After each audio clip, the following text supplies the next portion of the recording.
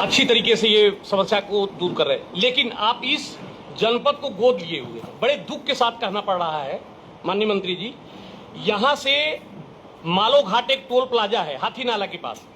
मैं एक दिन गया था और 5 किलोमीटर टोला जो है गौराही है और ये कोटा ग्राम सभा में आता है। वहां किसी भी प्रकार की कोई मूलभूत सुविधा, वहां के आदिवासी वनवासी, वहां खरवार बिरादरी के लोग हैं, गोंड बिरादरी के लोग हैं, हरिजन लोग हैं। मैंने देखा शौचालय नहीं, मैंने देखा लाइन बिजली नहीं। आपकी मैंने बात समझ बड़ा गया। दुख हुआ। माननीय मंत्री जी प्लीज 1 सेकेंड और लेंगे आपका समय। आपकी बात समझ गया। आपने किसी इलाके के बारे बताया जहाँ पे बेसिक सुविधाएं नहीं है, मैं समझ लिया आपकी बात। सर मैंने बात समझ ली। वो बताइए व्हाट इज द इशू है। सर स्पेसिफिक विलेज तो सर अभी हमने देखा नहीं है, मैं एक बार चेक करा लूंगा अपनी टीम से कोटा ग्राम पंचायत में। तो अगर anyway, my suggestion to you is please आप और अपने कॉलीग्स इस स्थान पे जाइए और मुझे 1 हफ्ते के अंदर बताइए कि अगर जो योजनाएं सोनभद्र में बाकी जगह मिल रही हैं, उत्तर प्रदेश स्टेट में मिल रही हैं, केंद्रीय योजनाएं या राज्य सरकार की तरफ से जो आई है, वो क्यों नहीं है। शौचालय बनाना, अब मैं समझता हूं कि शौचालय बनाना तो ये तो कार्यक्रम 2014 से शुरू हुआ है। हमारी उस मंत्रालय के साथ मैं 7 साल जुड़ा था। एक होते हैं इंडिविजुअल हाउस होल्ड टॉयलेट जो आपके घर के अंदर, दूसरा है कम्युनिटी टॉयलेट्स। तो इसका जरा मेक ए रिपोर्ट और मैं आपको पूरा विश्वास दिलाता हूँ 1 हफ्ते में ये रिपोर्ट भेज देंगे। उसका जब अगली बार आएंगे तो आपसे भी बात दोबारा करेंगे। Sir thank you so much sir. वहां मैं ये खबर लगाया था, गांव वाले बैठे थे, इन लोगों ने बताया कि हमने पूछा माननीय प्रधानमंत्री जी का क्या नाम है, नहीं बता पाए। माननीय मुख्यमंत्री जी का देखिए बड़ा दुख हुआ। नहीं, आपको दुख हुआ और मैं मानने को तैयार नहीं हूं, उनको नाम नहीं पता था। आपने खबर चलाई, आपको धन्यवाद। आपने खबर चलाई, आपने एक इश्यू पे फोकस किया, मैंने सुन लिया। We will address that issue. Thank you so much sir. मैं हाँ जी, सर मैं क्या करना चाहते हैं? बाइट के लिए पूछ रहा हूं। अरे बाइट तो छोड़ो यार, पहले बैठ ले। सर मैं अनूप श्रीवास्तव पीटीआई से। पीटीआई जी सर मैं पूछना चाहता हूं कि जैसे अभी हाल में जो ऊर्जा संकट आया, जैसे तेल के लिए काफ़ी मारामारी रही, कहीं जगह कमी भी रही, ऐसे में हमारे देश में, पूरे देश में पेट्रोल डीजल के दाम बढ़ा दिए गए। लेकिन जब अंतर्राष्ट्रीय मार्केट में अब कच्चे तेल के दाम घटे हैं, अच्छा, बहुत तो बहुत ये क्यों नहीं वहां पर मैं आपको पूरी मैं वो कहते हैं ना, क्रिकेट खेलने जाता है तो बैट्समैन ये चाहता है कि थोड़ी सी बॉल ऊंचा देकर मैं छक्का मारूं, तो आपने ऐसा सवाल कर दिया। पहले बारे आपको मैं जानकारी देना चाहता हूं, भारत विश्व भर में, संयुक्त राष्ट्र में 190 से अधिक देश हैं, 193। अगर आपको इस विषय के बारे थोड़ी सी जानकारी करनी थी, आपने नहीं की ना, इसलिए आपने ये सवाल पूछा, मैं आपको दे देता हूं। पिछले 4 वर्ष में 2022 फरवरी में यूक्रेन और रूस के बीच में युद्ध शुरू हुआ और पिछले 108 दिन में स्ट्रेट ऑफ हॉर्मुज बंद थी और अंतर्राष्ट्रीय तेल का दाम जो है 70-80 से लेके 110-112 चला गया। ठीक है, जापान के अलावा भारत एक देश है जहां पे सबसे कम दाम में इंक्रीज हुई है। वो इसलिए हुई है दाम में कम बढ़ोतरी क्योंकि माननीय प्रधानमंत्री जी ने 3 बार, नवंबर 2021 में, मई 2022 में और अभी कोई 15-20 दिन पहले जो एक्साइज ड्यूटी लगती है, पेट्रोल पे 10 रुपए लीटर कम की और डीजल पे 10 रुपए लीटर कम की। उसके कारण 1 लाख करोड़ जो असर आम नागरिक पे पड़ता था, सरकार ने अपने वो बोझ वित्त मंत्रालय ने ले लिया। हमारी ऑयल कंपनीज इस दौरान 1000 करोड़ का दिन का नुकसान था। ठीक है, पर हमने दाम बढ़ने नहीं दिया। इसलिए आपका कहना, पीटीआई के लिए, नेशनल एजेंसी के लिए काम करते हो, यहां दाम बढ़े, यहां दाम नहीं बढ़े हैं। मैं बता रहा हूं 4 साल में दाम कम हुआ है। इस समय दाम 2000 फरवरी से लेके अभी तक कम हुआ है। पिछले कुछ दिनों में 10 रुपए लीटर पेट्रोल, 10 रुपए लीटर डीजल का वो तो सरकार ने एक्साइज अपने पे ले लिया, और 7 रुपए 60 पैसे पेट्रोल का दाम बढ़ाया है। अगर टोटल परसेंटेज ले, इट कम्स टू 4% हो सकता। ठीक है, अब आप कहना है कि अब कम हो गया तो कम क्यों नहीं है? देखिए, ऐसा नहीं चलता। जब 28 फरवरी को युद्ध शुरू हुआ, उस समय जो इन्वेंट्री थी उनके पास, वो इन्वेंट्री थी जो मतलब उनके पास स्टॉक था, वो कम दाम पे खरीदा गया था, इसलिए वो चला थोड़ी देर। जब उनको नए दाम पे खरीदना पड़ा तो उस समय हालत दूसरी हो गई। एक दिन में 1000 करोड़ का कंपनियों का नुकसान था, 1000 करोड़, पर हमने उसको आगे नहीं पास ऑन किया। अब 3 प्रोडक्ट्स हैं, एक पेट्रोल, एक डीजल और एक एलपीजी। अब आपने कहा कई जगह कमी नहीं हुई है, मैं विश्वास से कहता हूं इस बड़े देश में जहां पे जनसंख्या हमारी 145 करोड़ है, कहीं भी कमी नहीं हुई। कमी वहां हुई है जहां लोगों ने मुनाफाखोरी करने की कोशिश की है, क्योंकि कमर्शियल डीजल का और नॉर्मल डीजल के दाम में 40-50 रुपए अंतर है। तो लोगों ने क्या किया, हमने थोड़ा सा उसको कहा कि एक दिन में एक व्यक्ति को सिर्फ 200 लीटर डीजल मिलेगा। आप तो पढ़े लिखे हैं, 200 लीटर डीजल पता कब होता है? आज किसी ने सवाल, मैंने कहा यार सही माने में बताओ, 200 लीटर डीजल चाहिए किसी व्यक्ति को? वो चुप कर गया। पंजाब में मेरे को ये सवाल पूछा, अभी इंटरनेशनल प्राइस कम हो गया तो अंतर कमर्शियल डीजल और दूसरे में थोड़ा कम हो गया। पहले 40 रुपए अंतर था, अब 19 रुपए 50 पैसे या कितना हो गया। दूसरा, एलपीजी के बारे हमें सही माने में चिंता थी। एलपीजी पे चिंता क्यों थी कि एलपीजी है, प्राकृतिक गैस नहीं है जो निकलती है। हमारे यहाँ 50% हम खुद उसकी हमारी प्रोडक्शन होती है। एलपीजी रिफाइनरी में बनती है, और एलपीजी उन देशों से आती थी जो स्ट्रेट ऑफ हॉर्मुज के बंद होने के कारण थी। पर हमारी एलपीजी को आपको पता है 2014 में जब माननीय प्रधानमंत्री जी ने दायित्व संभाला, उस समय हमारे यहाँ 14 करोड़ कनेक्शन थे। 14 करोड़ कनेक्शन थे, उसका मतलब यह है कि 14 करोड़ परिवार के पास कनेक्शन था। अभी वो 2014 से लेके अभी हमारे वो कनेक्शन हो गए 33 करोड़ 50 लाख। अगर एक कनेक्शन एक परिवार को, और एक परिवार में 4 अगर परिवार के फैमिली के हैं, तो इसका मतलब 140 करोड़ मोरलेस कवर हो गया। तो हमें चिंता थी कि एलपीजी की कमी हो सकती है, पर हमने क्या किया, एलपीजी के हमारी प्रोडक्शन थी एक दिन की 32-34 हजार मेट्रिक टन एक दिन की, उसको बढ़ा के हमने 54,000 मेट्रिक टन किया।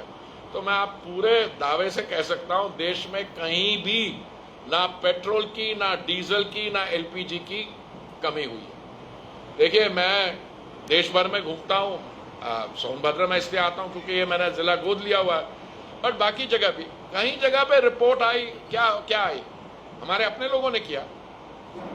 मुझे बहुत दुख होता है, पहले तो हवा फैला दी कि कमी हो रही है।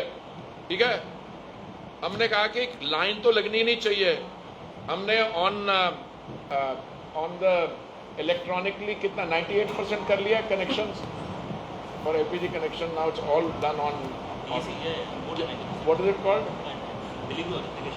डिलीवरी ऑथेंटिकेशन कोड उसको कहता हो। आपको कहीं जाके किसी लाइन में लगने की जरूरत नहीं है, आप उसमें मैसेज भेजिए 98% आपके, और डिलीवरी हो जाएगी आपकी। देखिए, मैं सुबह 6 बजे से लेकर रात को 11:30-12 बजे तक ये देखता हूँ। कहीं पे हो सकता है 4 अगर पेट्रोल पंप हो। देखिए, देश में 1,07,000 डिस्पेंसिंग स्टेशन है, पेट्रोल पंप। नॉर्मल केस में भी कभी फ्लड्स आ गए तो कहीं कोई कंसाइनमेंट थोड़ी रुक गए, पर एक में रुकी, बाकी 3 में तो थे। पिछली बार ये हुआ था क्योंकि घाटे में बेच रहे थे। अब गैस का सिलेंडर है, मैं उसको बताता हूँ, इसलिए हमने 29 रुपए उसका दाम बढ़ाया, और बढ़ाने की जरूरत थी, बताता हूँ क्यों। अभी भी गैस का सिलेंडर जो है नॉर्मल, जो उज्ज्वला के लाभार्थी नहीं बाकियों के लिए 942 रुपए का मार्केट में मिलता है, उस पर 700 रुपए सब्सिडी है, 700 रुपए सब्सिडी है। अब एक जब 29 रुपए गैस का सिलेंडर का बढ़ाया, तो कुछ हमारे पत्रकार हैं जो बहुत ही वरिष्ठ और बड़ी बड़ी गाड़ियों में घूमते हैं, तो मेरे को एक बोला कि यार गैस का दाम बढ़ गया। मैंने कहा अच्छा। मैंने कहा एक परिवार एक सिलेंडर कितने महीने में इस्तेमाल करता है? तो हमने अब कहा कि 9 की जगह 4 सिलेंडर उज्ज्वला के लाभार्थी को मिले, बाकी लेने आप बाजार के प्राइस में लो। 4 सिलेंडर एक परिवार को मिलेंगे तो एक सिलेंडर 3 महीने चलेगा। अगर 3 महीने को 29 को 3 से डिवाइड करो तो 13 होगा, 13 को 30 से डिवाइड करो तो कितना, 30 पैसे बढ़ा, समझे ना? पर ये करना जरूरी इसलिए, नहीं तो कंपनियां जो है हमारी, पिछले साल एलपीजी पे अंडर रिकवरी टेकी कितनी थी? 30,000 करोड़ थी, 44,000 करोड़ थी, हमने 30,000 करोड़ दिया। देखिए आप सोनभद्र के आप रहने वाले हैं सारे। अभी मैं पर कैपिटा इनकम देख रहा था सोनभद्र की, पहले स्टेट की और सोनभद्र की मैं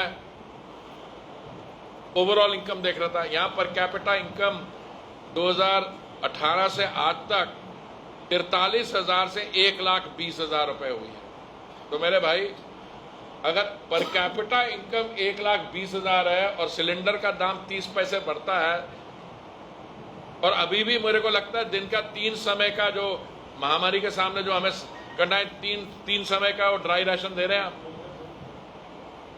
तो ये देखिए ये मोदी जी का चमत्कार है। अभी एक भाई साहब कहते हैं वहां पे मोदी जी का नाम नहीं पता है, चलते यार पता करते हैं वहां पे मोदी। नॉट सीरियस, ये सबको बच्चे बच्चे को पता है। और यूं देखिए नहीं, अरे चले सुनिए, बाकी जगह राइट्स हो गई फूड पे, आपको पता है पाकिस्तान में कितना दाम बढ़ा है? मैं बताता हूं, मैं पंप प्राइस में 80%, बांग्लादेश में कितना बढ़ा है, अमेरिका में 40-50% बढ़ा है। अमेरिका में रिटेल पे पर गैलन $2 होता था ईस्ट कोस्ट में, अब वो $4.5-5, और वेस्ट कोस्ट में $60। और यहाँ भाई साहब हमारा तो वैसे ही का वैसा है। और हमारे यहाँ क्या हुआ, जब सिलेंडर की वो एलपीजी की बात चली ना, तो लोगों ने बोला एलपीजी की कमी हो रही है। मैंने अपने कंपनी को बोला, मैंने बैठिया कमी हो रही है, एक दिन में जो नॉर्मल इंडेंटिंग होती थी कितनी थी भाई, 53 लाख सिलेंडर्स की थी एक दिन में, वो देखे 90 लाख हो गई। क्यों? जिसको जरूरत नहीं थी वो खरीद रहा था, वो लोगों ने हवा फैला दी। हमारी जान पहचान के लोग हैं, गुरुग्राम में रहते हैं, और उनकी बिल्डिंग में तो पाइप गैस है। उन्होंने मेरे को फोन किया, जी हमने भी 5 सिलेंडर मंगवा लिए। मैंने क्यों? कहते वैसे ही अगर कोई कमी पड़े। तो मतलब एक आप हवा फैला दो कि कमी पड़ेगी, साथ खुद होर्डिंग करो, आपको देखते देखते और भी करेंगे। देखिए ये पेट्रोल डीजल एक ऐसा मामला है, कोई हमारे पे आप कोई समस्या नहीं हुई। अभी मैं वाराणसी से सुबह आ रहा था, यहाँ पे 2 घंटे का रास्ता है, पता नहीं कितने पेट्रोल पंप्स है रास्ते में, किसी में कोई प्रॉब्लम नहीं है। वो जैसे अच्छा कभी कभी गोरखपुर में एक पेट्रोल पंप के बाद इतनी बड़ी लाइन लगी हुई है, वो बात देखिए वो पेट्रोल पंप तो ठीक चल रहा है। तो एक सोशल मीडिया में आपने ऐसे ही बनाई है, आपकी जनरेशन है, मेरी तो हाँ तो वही तो मैं कह रहा हूँ यार। और किसी उसे क्या, अब उसे खरीद लिया 5 सिलेंडर, अब उसे खरीद लिया, उसने थोड़ा ब्लैक में खरीदा, अब वो चाहेगा थोड़े और हवा फैलाओ तो जो मैंने खर्चा है उसके वसूली थोड़ी और हो जाए। यार ऐसी प्रॉब्लम है, बाकी कुछ नहीं है। सर मैं अरविंद दुबे, जी मीडिया से, जी न्यूज से। सर सोनभद्र जनपद यूपी का दूसरा सबसे बड़ा जंगल वाला क्षेत्र कहा जाता है और हरित क्रांति की योजना भी चल रही है। ऐसे में सर यहाँ पे 6 पावर प्रोजेक्ट लगाए जा रहे हैं, जिसमें आरोप लग रहा है कि लाखों करोड़ों पौधे काटे जाएंगे। मैं आपको पूरा विश्वास दिलाता हूँ, योगी जी की सरकार में और जो इस सरकार के पास कमिटमेंट है, कोई ऐसा काम नहीं होगा जिससे स्टेट को और सोनभद्र को नुकसान हो। अगर प्रोजेक्ट कहीं लगा, मैं किसी इंडिविजुअल प्रोजेक्ट नहीं जा रहा है, मेरा काम नहीं है। हम क्या करते हैं, अगर कहीं कोई विकास का काम डेवलपमेंट प्रोजेक्ट होता है तो अगर एक पेड़ कटता है तो 100 और लगते हैं, और जब तक उसमें कम से कम 50% वायबल नहीं होते तो हम आगे बढ़ते नहीं हैं। मैं तो खुद मैं चाह रहा हूँ कि हम सोनभद्र में, मेरे जिस क्षेत्र के साथ मैं जुड़ा हुआ हूँ, एक पंप स्टोरेज होती है, पंप फैसिलिटी, हाँ उसी मैंने उसका पूरा काम करो, फॉरेस्ट क्लियरेंस लो और उसके बाद देखिए। ये पावर प्रोजेक्ट नहीं है, ये उससे भी बढ़िया चीज है। सर पिछले एक दशक में अगर बात करें 10 वर्षों में तो 9 करोड़ पौधे लगाए गए, लेकिन 100 कुछ वर्ग किलोमीटर पौधे घट गए, जंगल घट गया यहाँ का। देखिए अगर आप फॉरेस्टेशन और डिफॉरेस्टेशन की बात कर रहे हैं, आपकी बात सही हो सकती है, पर ये नहीं कि हमारी तरफ से प्रयत्न नहीं हो रहा।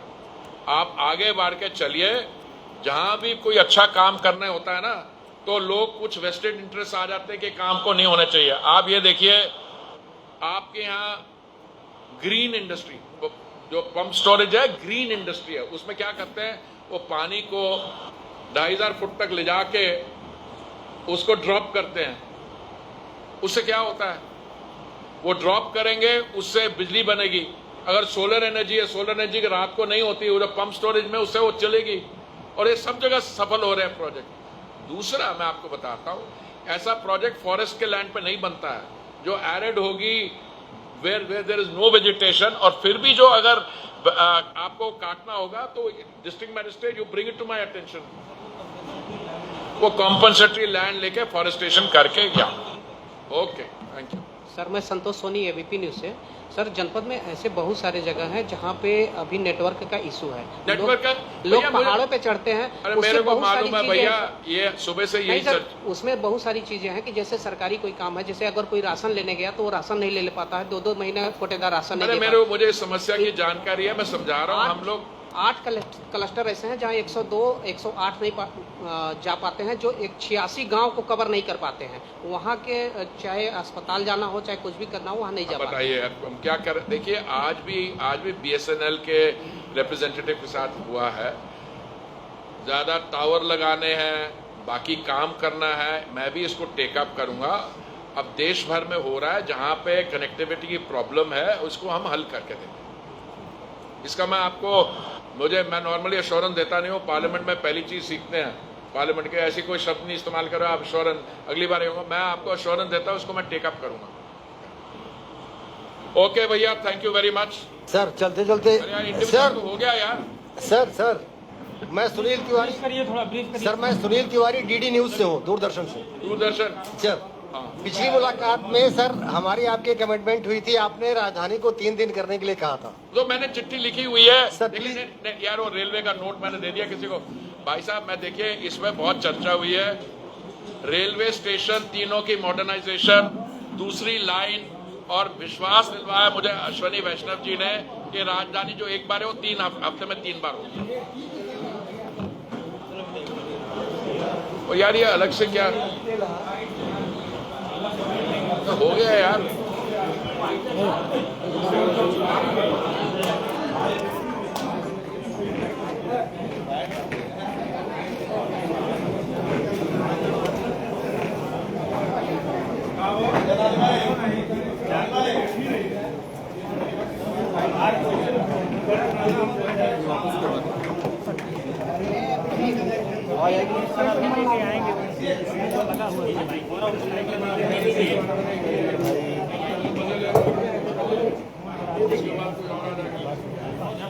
बैठ जाओ यार, बैठ जाओ।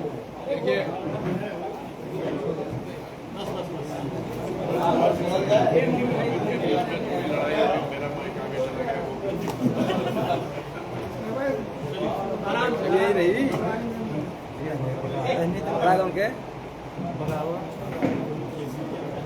ज्ञान भैया, ज्ञान जी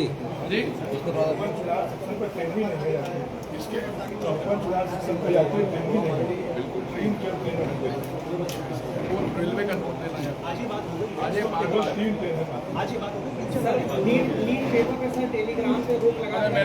मेरे भाई मैं यहाँ पे भारत सरकार की डबल इंजन सरकार के 12 साल पूरे हुए, उसके दौरान जो विकास का कार्य हुआ है उसके बारे में आपके साथ चर्चा करने आया हूँ। और मैं समझता हूँ कि बहुत अच्छा होगा कि हम जितना थोड़ा समय हमारे पास है उसमें कुछ मैं आपके सामने आंकड़े रखूं। माननीय प्रधानमंत्री जी ने जब 2014 में दायित्व संभाला था, उस समय हमारी जो अर्थव्यवस्था थी आज से आधी थी। विश्व भर में हमारे 10वें या 11वें स्थान पे थे हम। वहां से करते करते आज हम $4 ट्रिलियन की इकोनॉमी हो गए। और इस समय जिस गति से हमारी अर्थव्यवस्था बढ़ रही है। मैं सिर्फ सोनभद्र की बात नहीं करता, यहाँ पे पर कैपिटा इनकम 2018 में 43,000 थी, आज 1,20,000 है पर कैपिटा इनकम सोनभद्र की। ये बैकवर्ड डिस्ट्रिक्ट माना जाता था और एस्पिरेशनल डिस्ट्रिक्ट में से था। 112 जो नीति आयोग ने एस्पिरेशनल डिस्ट्रिक्ट की लिस्ट बनाई, उसमें सोनभद्र का नंबर नीचे आता था। आज डीएम साहब मेरे को बता रहे थे कि जो क्या रैंकिंग के बाद डेल्टा रैंकिंग में 1 नंबर पे आ गया है, जो हमने रिव्यू किया। हाँ, काम अभी भी बाकी है। देखिए, आप मेडिकल कॉलेज बनवा लीजिए, आप अस्पताल बनवा लीजिए, पर आपको मेडिकल कॉलेज में पढ़ाने वालों को भी लाना होगा, अस्पताल में डॉक्टरों को भी लाना होगा। अगर वहाँ 50% वैकेंसी हुई तो ये काम हो रहा। मेरा ये कहना नहीं है कि सारा काम एकदम हो गया, नहीं, पर जिस गति से काम हो रहा है, मुझे पूरा विश्वास है कि सोनभद्र सिर्फ एस्पिरेशनल डिस्ट्रिक्ट नहीं, अब मैं समझता कुछ ही समय की बात है, इसको एक मॉडल डिस्ट्रिक्ट माना जाएगा। कुछ मैं आपके सामने और आंकड़े बता रखूं उत्तर प्रदेश के। प्रधानमंत्री गरीब कल्याण योजना में 14 करोड़ 62 लाख लाभार्थी हैं।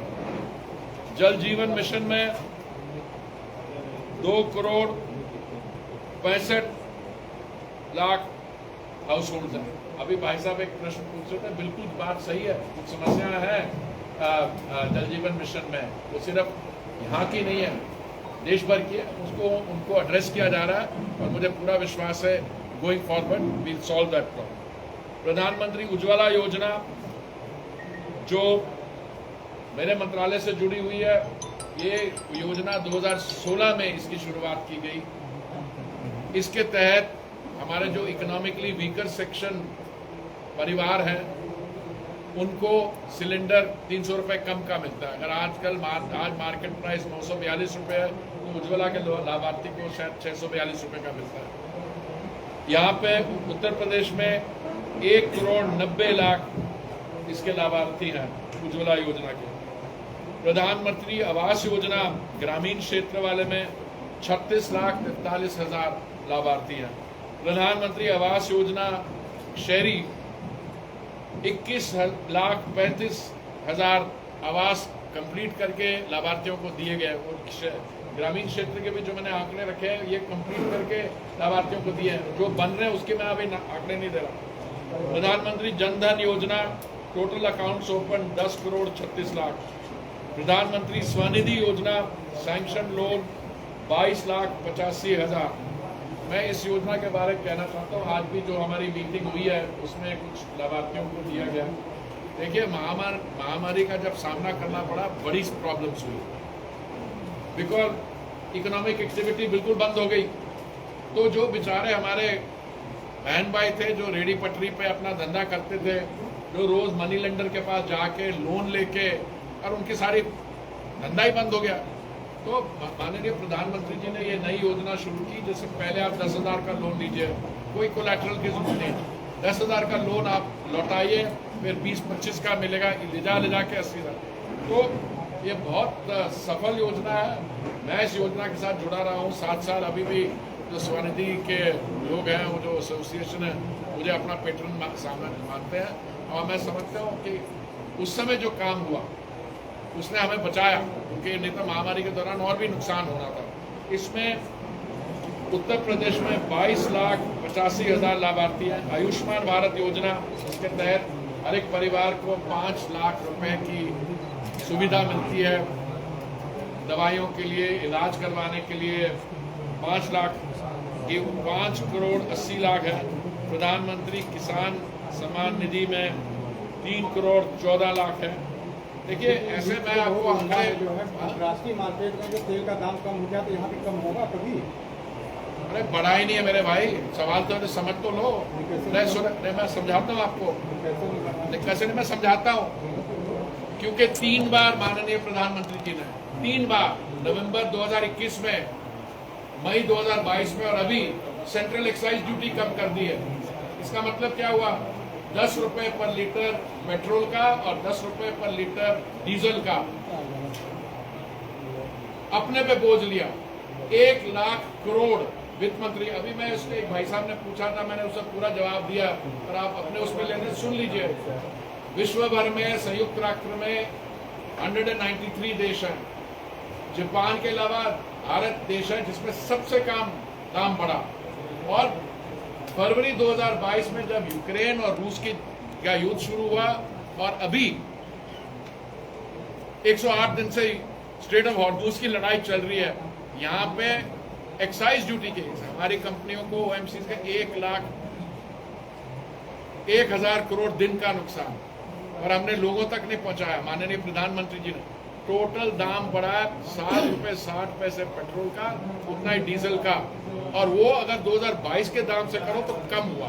तो इसलिए आपका ये सवाल है कि आपने बढ़ने नहीं दिया और गिरेंगे, उस पर जब गिरेंगे तो तब होगा। ऐसे होता है कि अभी किसी कंपनी के पास तेल है, वो 90 रुपए 100 रुपए पे खरीदा हुआ, जब नीचे जाएगा तब होगा। इसलिए जब आप ऐसा प्रश्न पूछते हैं, आप मुझे बड़ी खुशी होती है कि मुझे भी जानकारी देने सर वो हार्मोज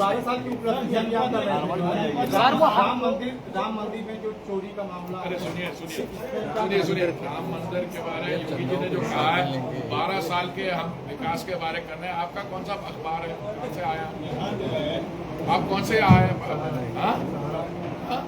सारा से आपको बधाई हो।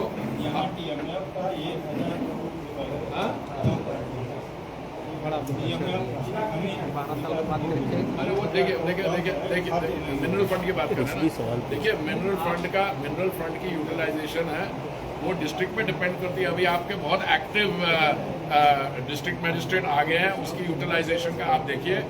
मेरा काम डिस्ट्रिक्ट को चलाना नहीं है, क्योंकि मैंने ये डिस्ट्रिक्ट बोर्ड में ली हुई है उसके बाद। और बहुत बहुत शुक्र है आपका कि आपने ये पेट्रोल और इसका दाम पूछा, क्योंकि ऐसा होता है। पेट्रोल की प्राइसिंग के बारे में जानकारी दे दूं आपको थोड़ा सा। एक तो कॉस्ट ऑफ प्रोडक्शन होती है, वो तो अंतर्राष्ट्रीय तय होती है, उसके बाद इंश्योरेंस लगता है, फ्रेट लगता है, उसके बाद सेंट्रल एक्साइज लगती है, वो प्रधानमंत्री जी ने 3 बार कम किए। और जो भारतीय जनता पार्टी के राज्य हैं, सरकारें, उन्होंने अपना वैट भी कम किया। इसलिए जो हमारी बीजेपी की सरकार है, अगर हमारे यहाँ पेट्रोल 1 लीटर 102 रुपए का मिलता है, तो नॉन बीजेपी स्टेट में 115 का मिलता है। बहुत बहुत धन्यवाद। सर वो हार्मोज में जो भारतीयों को मारे गए हैं, सर पीछे हो गए आप, पीछे हो गए आप।